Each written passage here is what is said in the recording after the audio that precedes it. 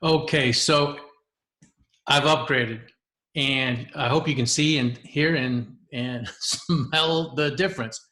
So one of the advantages and one of the reasons I wanted you to get a Zoom account is because you can easily record to your computer with Zoom. I'm in a Zoom meeting now. I could be having other people attend. I could be streaming it live to Facebook, and or I can also be recording it either into the cloud onto my Zoom account or onto my local computer. Once I end the meeting, stop the recording, end the meeting, it automatically converts it to MP4 so I can edit it or upload it to wherever I want. Now, I think the first thing you're going to notice is I've switched up my background. I had an ugly closet in my background, and now I've rotated my desk 90 degrees. I've got a fairly simple background. I like it. I've arranged my picture where I want it. I've got my shelving like I like it. I've cleaned up my desk. So the less distractions you have in the background, the better, because you want to be the center of attention in a Zoom call, in a conference, preaching to the choir, preaching to the audience, you name it. You want people to be focused on you and not scratching their head saying, what is that in the background? What is he doing? Or it's too busy that they can't even focus. So I'm paying attention to what Larry said. And I've also raised my camera up quite a bit. I've raised it up 6 inches from where it was, and my screen is lower now. So if I want to have my eyes not shift so much, I'm gonna have to raise my screen up a little bit. I think the main upgrade is I've added some lighting to the scenario. Before I was using and relying on mostly overhead lighting and a very large window, flattering look. But now I've got two LEDs. One is facing me, one is lighting up the background a bit so that it's not too dark. And I've also added a cool little feature. Check this out. Alexa, turn off studio lights. Okay. Alexa, turn on studio lights. Okay. And my Logitech camera automatically adjusts back to optimal exposure. Now, if I wanted to, I believe I could lock the exposure and the focus, but it's not pumping and breathing too much. So unless I stick something in front of it or unless I back way up. So I like what's going on now. With the shadows, with the lighting, it took me a little bit to get it to where I was lit well, not too hot, and I was not throwing shadows against the wall. So first, I turned off all the lights in the studio. I lowered the curtain on the window so that I control all the lighting now. I control the horizontal and the vertical. So the first thing I did is I lit myself. I got that to where I wanted it. And then I looked around and said, okay, now what's wrong? What can I make look better? So I added a second light, more of a background light that was highlighting the wall and my shelf in the back so that it wasn't too dark. I wanted to focus and highlight a few things back there just to give a little bit of interest, but not take away too much or be too dark, so dark that I looked like I was lit and everything else was black behind me. So I threw on that second light. Turned off my overhead light because that was throwing a lot of unflattering shadows.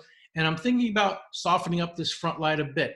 Now, when you go get a better camera, when you get better lighting, you're gonna need to shave, comb your hair, put on your makeup, whatever you need to do, because the quality is going to highlight all the good parts and also all the bad parts. So you want flattering lighting.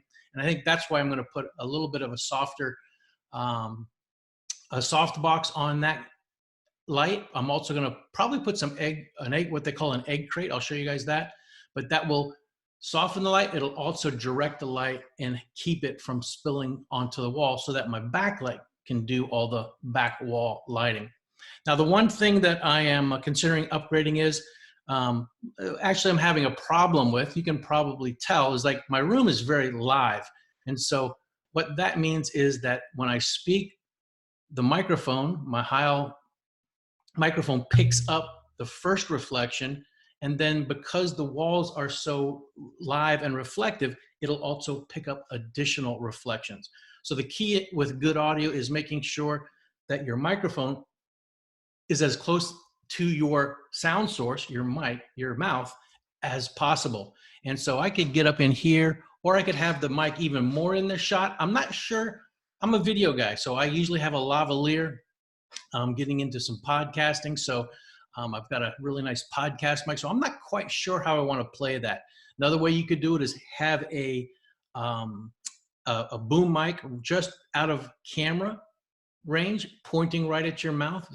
I've got a really nice boom mic I could use, but that won't eliminate all of the room tone that I'm getting currently.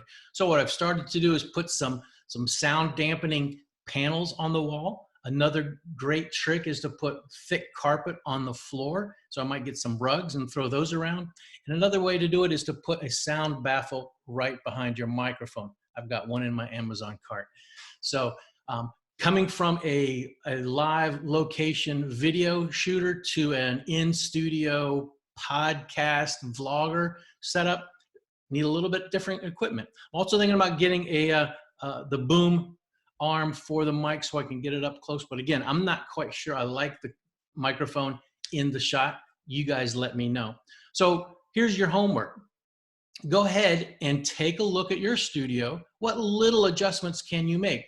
All I did was I rotated my desk around 90 degrees so I had a cleaner look, and with just a plain wall. And I added a couple of lights that I had in my kit. If you need some additional lights, they're super affordable. But again, right now they're tough to find during the coronavirus. So if you see some and you can afford them, I would go ahead and get them today, because guaranteed Amazon is taking a long time to ship stuff, plus stuff's flying off the shelf as people are setting up their own home studio. So if you need any help or tips on the equipment and the gear, I'll put those down in the link below, or in the description, so you can see exactly what I'm using. Get some yourself. I'll put some alternatives in case your budget warrants a little more or a little less. And there you go. So the upgrade was cleaning up the background, raising up the camera, and getting a couple of lights so that I could adjust the lighting so it would be deluxe. Thanks for joining me. See you next time. And I hope you are loving the content. Just drop me a line, Perry@streamingprofits.com. Talk to you later.